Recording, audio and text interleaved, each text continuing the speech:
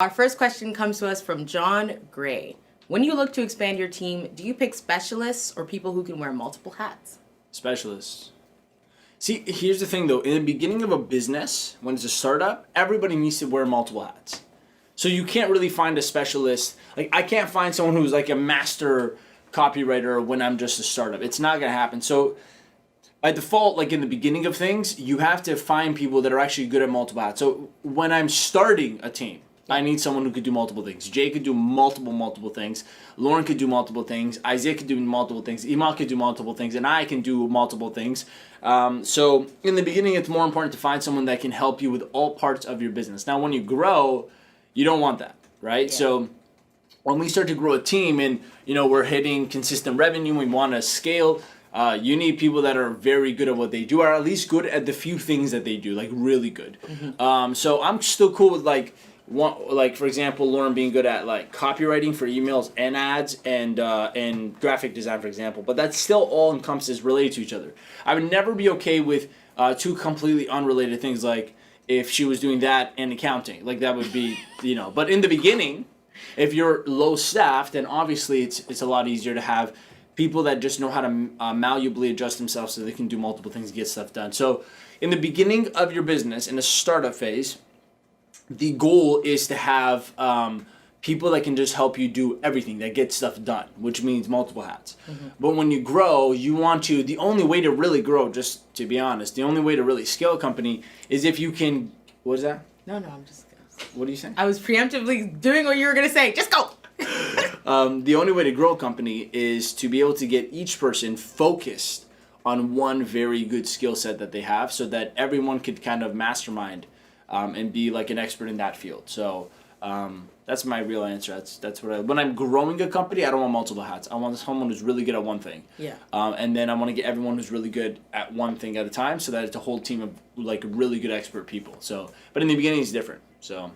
Yeah, I think what Armin said is really powerful, especially having people who can wear multiple hats in a specific bubble of things, right? Because especially as he said, like everyone in our team has multiple hats within a governing body, right? So as things progress and we can communicate on various topics, because we all have specific things that we know in addition to a little bit of like secondary things that we know as well. So it kind of really helps the team be more collaborative in a sense. Of course Armin is the CEO, but we have marketing meetings and we all sit together and we're talking about different things. Whereas, in the meeting, there's a couple of people who are more experienced on that thing, mm-hmm. but based on, the fact that we all have a certain level of additional knowledge, we can come together and collaborate and come to a decision based on X, Y, and Z as a team and as a unit, right? But it is important, like Armin said, to have people who are versed in one specific subject matter. So for example, like marketing is a huge bubble of multiple different things. But Emad knows a bit about everything within that space. So as a digital marketer, as an ads person, whatever it may be, it's his responsibility in that sense to be versed in marketing in general. Yeah. So that allows him to, get extra knowledge and expertise on different segments of marketing, because marketing is vast, right? So Lauren too can come in and have the amount of copyright knowledge she has, and then learn about copyright ads, which like seem similar, but they're so different. So I think it's really important that even if you are going to pick people who can wear multiple hats, make sure that they're correlated industries or departments in a sense, so that they can really expand within that department and they can help your team get a little bit further by the extra knowledge that they gain within that big umbrella head, for example, if we're going for marketing. Think of it like a funnel. You want to start them good wide. Example. Yeah. You want to start them wide, yeah. And they can do all the things with you. And then you want to start honing their skills into one focus in your business. Yeah.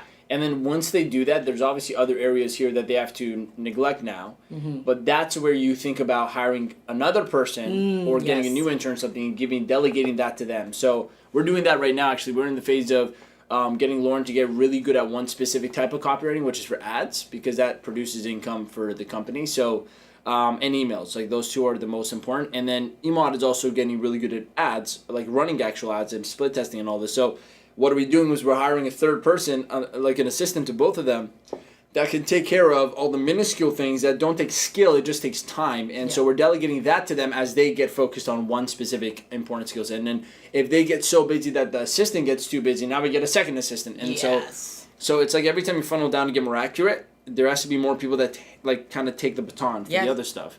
But the goal is to get each person on your team to one really good thing that they're good at. It doesn't mean that, you know, they can't be really good at something and still juggle a couple other things. Sure it does.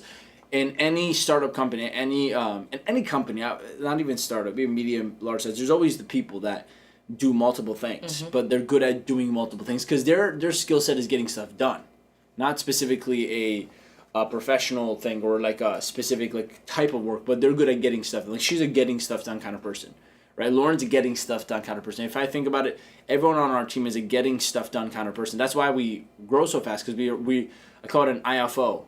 Figure it out. We're like figure it out people, you know? I'm making that a thing, an IFO method. I like it. Well, sounds good. Well, I've realized in business it's like...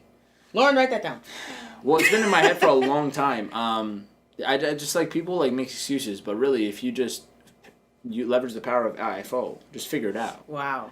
You figure it out. Like I don't know. The like, IFO training coming next week. I always look at it like how have we gotten where we gotten? Oh, FIO. Yeah, FIO. That's what I mean. FIO. I didn't say it. My bad. I know it sounded weird. FIO. Yeah. FIO. So FIO. The FIO method. So figure it out. Like, how do we get here? Not because any one of us were expert in one thing. No. We just learned to figure it out. We became an expert in FIOing it. Figuring it out. That's what we became an expert in.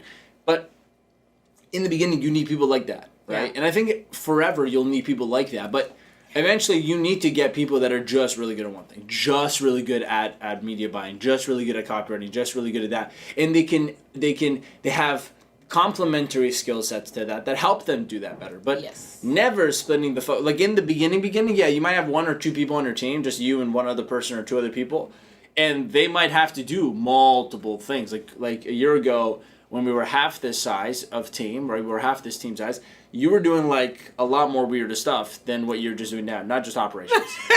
But now you're just operations. Yes. And so it's fun. Yeah. So and you know and think about it like this: even as a CEO, as a coach in your business. Yeah, Armin does a lot. As the person that is the CEO, you need to do everything, right? But the goal is what? You get to the point where your team is handling so many things that you just focus on the one thing only you can do, which is the delivery of the actual service or product that you're selling. So I am slowly, and I'm really proud to say this, that everyone on my team is getting really good at what they do. And it's taken a long time to get here, months and for some of them years with me, where they've shadowed me, I've worked with them, we've gone back and forth, we've done multiple projects together where I actually trust like Lauren making copy now, or Iman fixing up a funnel, or looking at our ads, or Isaiah making us videos that are gonna sell and really work well, or Jeanette like taking care of other operations and make sure everything's like sealed and good to go. I actually trust that. So what happens for me is I started as this person who had to kind of do everything with them, but as I got help and I got them really good at doing those things for me, what happened is I reached a point where now I can focus on just being a really good coach for my clients. And so with the dozens of clients we have, I get to focus on building a good product. I get to focus on being a good marketer of my stuff because only I can sell it because it's my face, my product. So that's the goal. Eventually, again, funneling down to Armin just does the delivery, and we have an entire marketing machine here that is getting clients, getting us exposure, making sales. If the business is built in a way where the actual business part of my business is automated and in terms of streamlined, like there's people running it and they're good, everyone's benefiting the best because they have something they're good at. But I literally just focus on delivering. And what I mean by that is look at Tony Robbins. I'm sure he is the CEO of his own company, even at his level. Yeah. But when you look at him, he's probably spending 95% of his time like actually delivering his products. Absolutely. He's traveling, teaching, coaching. 5% of it is maintaining and managing probably his top leaders in the company to make sure everything's running well. But that's just maintenance. Like he's just inspiring them, keeping them up to date, seeing where the numbers are at. But most of the time, you see this guy on the stage. You see him doing his work, his actual delivery. Yeah. That is the goal in every person's business. As a coach, you want to get to the point where you're just delivering. But to do that, you got to start with people who are, jack of all trades in terms of doing all stuff, and then get them really good at one thing, and then it always keep delegating the funnel upwards, right? So more beginner people at the wider part of skills, and get the people that are really good on one specific accurate thing that they're good at that generates money for the company and generates progress. So that's our answer. I like